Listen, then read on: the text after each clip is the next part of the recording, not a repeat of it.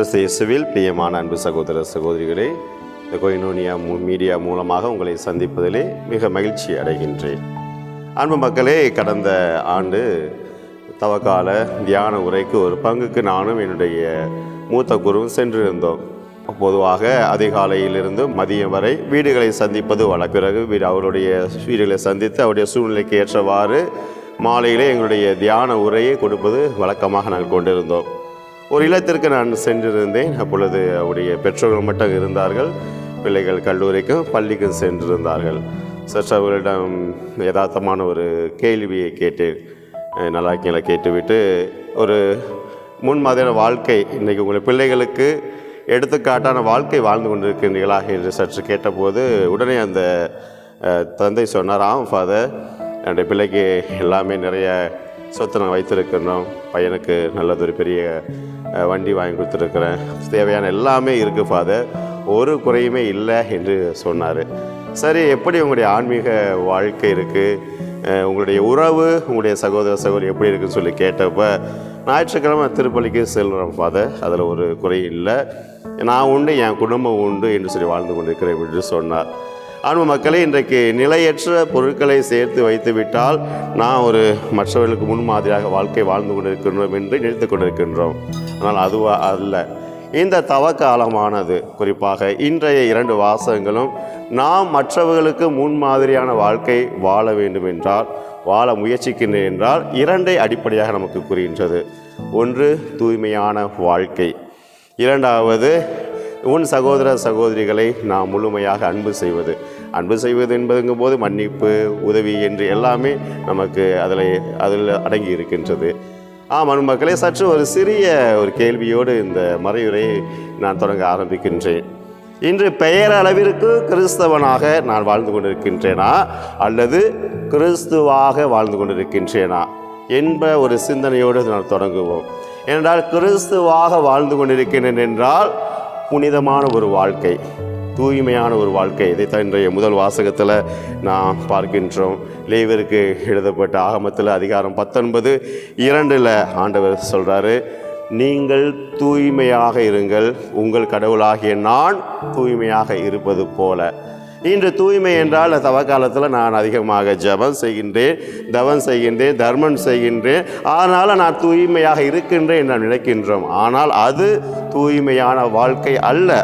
லேவியருக்கு எழுதப்பட்ட திருமுகம் 19:1 ஆண்டவர் சொல்கின்றார், திருடாதே, நீ பொய் சொல்லாதே, ஏமாற்றாதீர் என்று. 19:8 உன் அயலானை உன்னை போல் அன்பு செய் என்று ஆண்டவர் கூறுகின்றார்.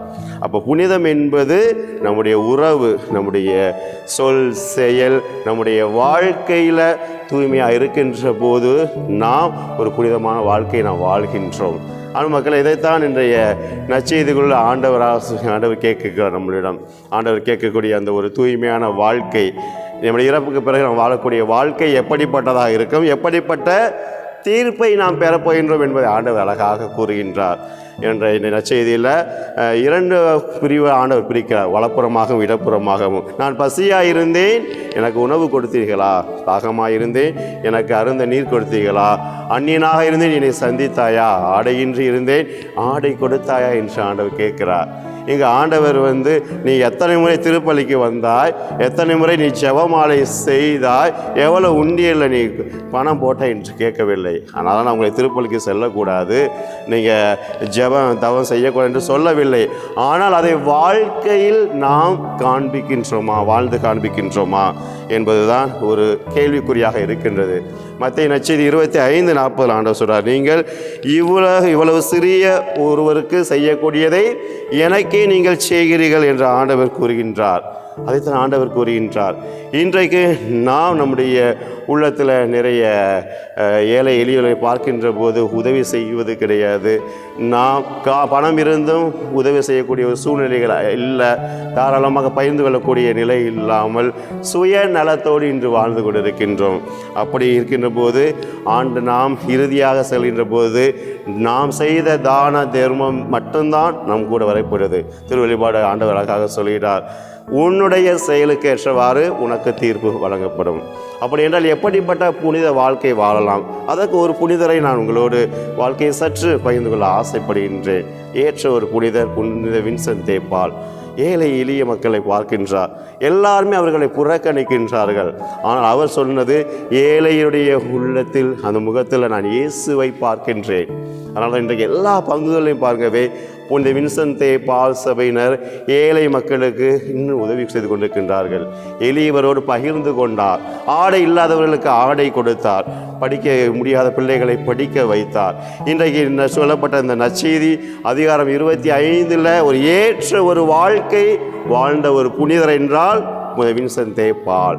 நம்முடைய ஜெபமோ, நம்முடைய தவமோ, நம்முடைய தர்மமோ வெளிப்புறமாக இருக்கலாம். ஆனால் அதை நாம் வாழ்க்கையில் செயல்முறைப்படுத்தவில்லை என்றால் ஒரு கேள்விக்குறியாகத்தான் இருக்கின்றது நம்முடைய வாழ்க்கையை.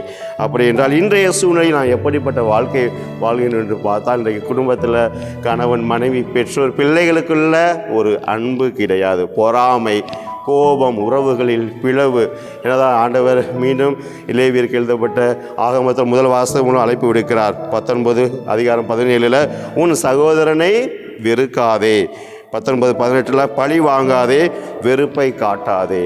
அப்படி என்றால் ஒரு முன்மாதிரியான வாழ்க்கை வாழ வேண்டும் என்றால் நான் அன்பு செய்ய வேண்டும், நான் பொறாமைப்படக்கூடாது, மன்னிக்க வேண்டும், என்னுடைய உறவை புதுப்பித்துக் கொள்ள வேண்டும் என்பதை ஆண்டவர் அழைப்பு விடுக்கின்றார்.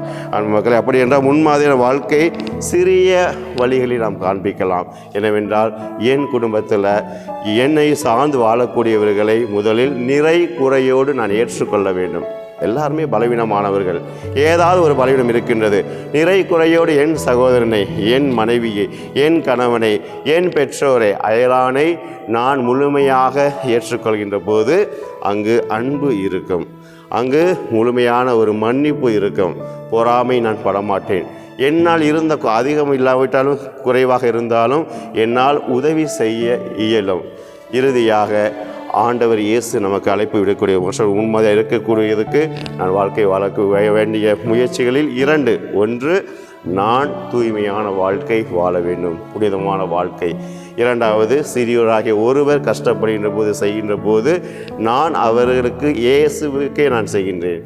ஏழை கஷ்டப்படுகின்ற போது இயேசு கஷ்டப்படுகிறார் என்பதை உணர்ந்து நான் அதை செய்கின்ற போது நானும் முன்மாதிரியான வாழ்க்கையை நான் வாழ்ந்து கொண்டிருக்கின்றேன். என்னுடைய வார்த்தை, என்னுடைய செயல்பாடுகள், என்னுடைய எண்ணம் ஒரு தூய்மையாக, அன்பாக, உறவை புதுப்பிப்பதாக இருக்கின்ற போது இந்த ஒரு தவக்காலம் நான் செய்யக்கூடிய தர்மமாக இருக்கலாம், ஜெபமாக இருக்கலாம், தவமாக இருக்கலாம், இன்னும் அதிகமாக எனக்கும் என் குடும்பத்துக்கும் ஆசீர்வாதத்தை கொடுக்கின்றது. எனவே நாமும் ஆண்டவர் இயேசு கிறிஸ்துவை போல மற்றவருக்கு முன் மாதிரியாக இருக்க இன்று நான் உறுதியான ஒரு முயற்சி எடுக்கின்றேன், நான் வாழ்வேன் என்ற ஒரு சிந்தனையோடு தொடர்ந்து இந்த பலியிலே நாம் கலந்து கொள்வோம். இறைவன் நிறைவாக நம்மை ஆசீர்வதிப்பாராக.